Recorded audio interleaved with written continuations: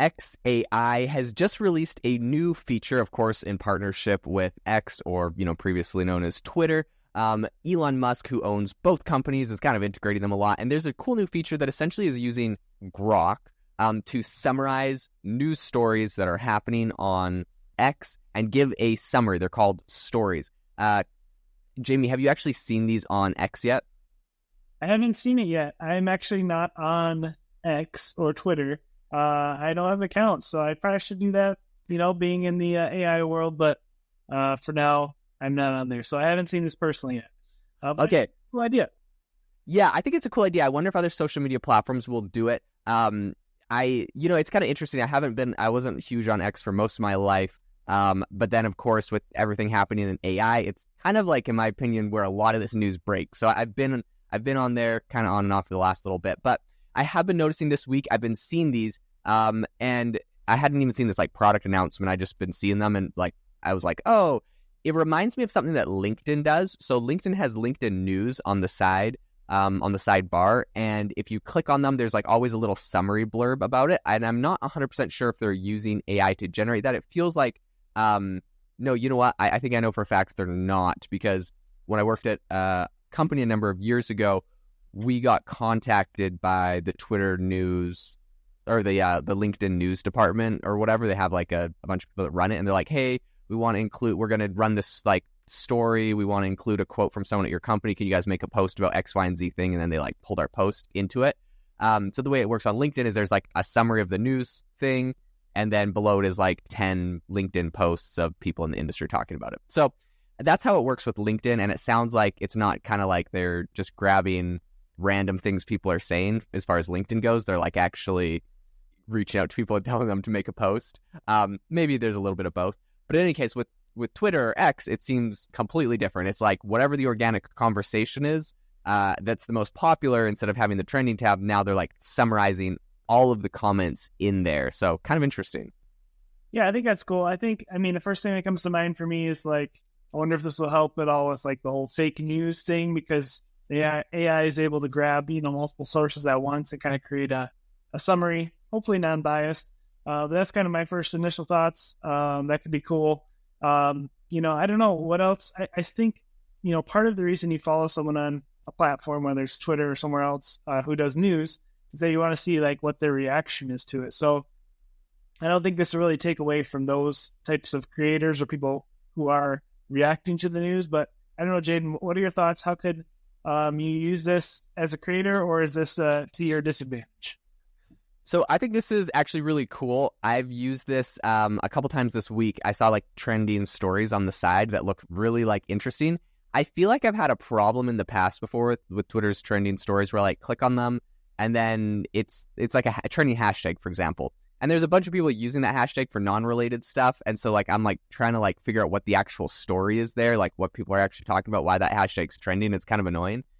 This is cool because it literally summarizes it, and I think now brings to top like the tweet, the most viral tweets in that. So actually this is really useful.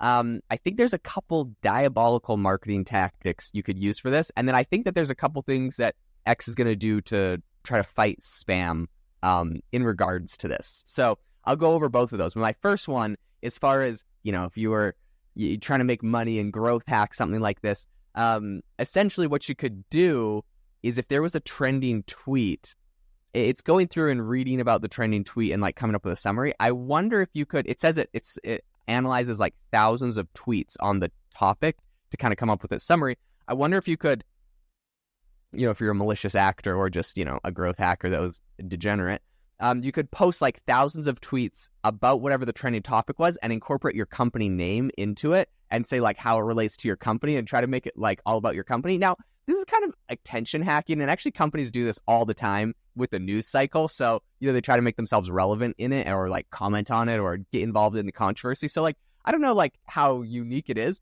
but it would be interesting if this strategy worked, if you did it from thousands of accounts or made thousands of tweets in something trending and then got included in that featured snippet at the top. So it's like, this week, this is happening and people are saying this company has been, talking about blah, blah, blah, blah, blah. And like, if you could get yourself in there, I think that would be a cool strategy that people should look at and try. I don't know. Do you think this would be possible? Is this a new free banner ad you could use? That's interesting. I mean, I think that kind of brings up. I think last week we talked about this in a podcast, but how Elon wants to have to make you pay for an account because it's then linked to a credit card. So you can't make thousands of accounts. But yeah, otherwise, until that happens, you could do the growth hacking strategy. But even if that does happen, where they make you pay for an account, I feel like they'll pop up a lot of different, almost like press release type accounts that you could then, pay like a conglomerate to promote your stuff too. So I still think it could be a really interesting, like you said, growth hack. I don't know. Yeah, I think this is interesting. Another thing that I think, okay, so that's like the degenerate growth hacking strategy. What about, you mentioned before, like fake news, pretty much. So there's stuff on X that goes viral all the time where like I'm like, oh my gosh, that's crazy, and then find out it wasn't real or whatever. I mean, that also happens in the real news, like people make fake stuff up. So like how would this be leveraged for that? Could someone make some sort of fake news story and then have all of their things talking about it to try to get it trending? I mean, this is already a problem Twitter's been dealing with, so I don't know if this new story summary bit to it is like that different. Everyone wants to be on the trending section, so lots of people could do that. Anyways, here's what how I think that could be avoided is Twitter, over the last year has rolled out the community notes section. So essentially it's kind of, I think, it's sort of like how like Facebook did fact checking during COVID and stuff, and said anything related to COVID got fact checked as, whatever their political wishes were, which is funny. So Twitter then came up with what's called community notes, where instead of having like a handful of like companies, so like Facebook went and used like routers and like they had used a bunch of organizations that were like the fact checkers, and they're like, okay, you like 200 people are the designated fact checkers of all truth and information. And of course there's lots of controversy around that because whatever, all the controversy around letting 2 people fact check the whole internet. So Twitter tried to go a different route with the community notes, where essentially they allowed anyone in the world to fact check anything, and they have like algorithms where people from all sides of different political ideologies and perspectives have to vote up your like fact checks. And so if you get a lot of like down votes, you could get kicked out of the community notes thing because whatever, you seem biased or partisan or something. So they have like all these kind of like algorithm structures. And consequently, what I've seen is a fairly unbiased community note section. I've seen people on both sides of the political aisle getting fact checked for all sorts of things. You have to cite your sources. They're not like gotcha fact checks. So like in the past with like the Facebook fact checkers, they would fact check something as false because like some small insignificant like element was wrong, or the way something was phrased was like technically wrong, but like is actually true. So it's kind of deceiving. You're not going to see that with the community notes, because if that happens, people like fact check or ban the fact checkers on this. So all this to say, I think community notes is pretty solid right now. And if someone was trying to do some sort of like fake news or some sort of like campaign to get in there, I think when Grok reads through the thousands of tweets in relation to a specific topic, it's going to grab the community notes attached to any viral tweets and incorporate that as well. So like, let's say a tweet goes viral, and then it gets like a community notes added, like, oh, it's actually wrong, and here's like 5 sources saying like what actually happened in this video.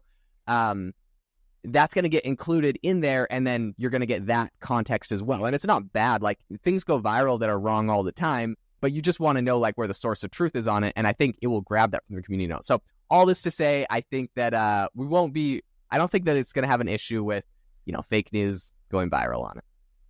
Okay.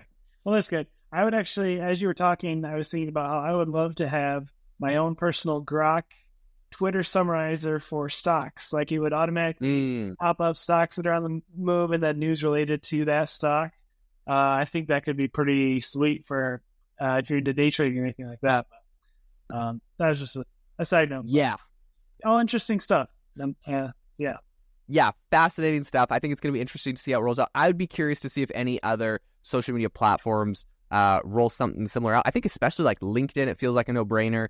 They're owned by Microsoft. They're partnered with OpenAI. They're kind of in that. I'd be curious to see if they revamp, or maybe they've already done it. I just know in the past it wasn't their news section with like OpenAI or AI to kind of summarize what's happening, because it's very curated right now, I think, on LinkedIn. So I'd be curious to see if they go something a little bit more organic and algorithmic like X. But maybe that's not their style, so we'll see.